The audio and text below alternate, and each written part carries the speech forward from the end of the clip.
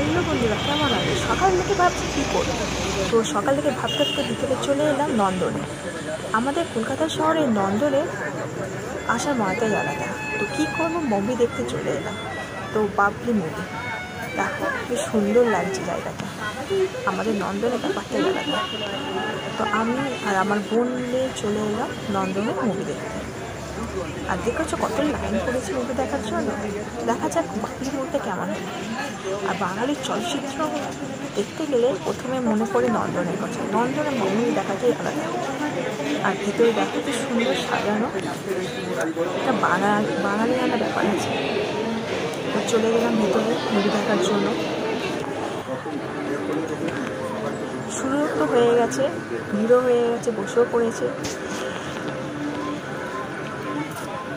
তো দেখা যাক মুভিটা কেমন হয়।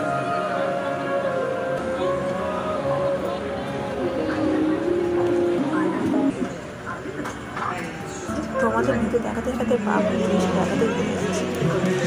আর তার মাঝখানে মুভি শেষও হয়ে গেছে, মাঝখানে তোলা হয়নি। মুভি একটাই ভালো হয়েছে, তুলতেই ভুলে গেছে।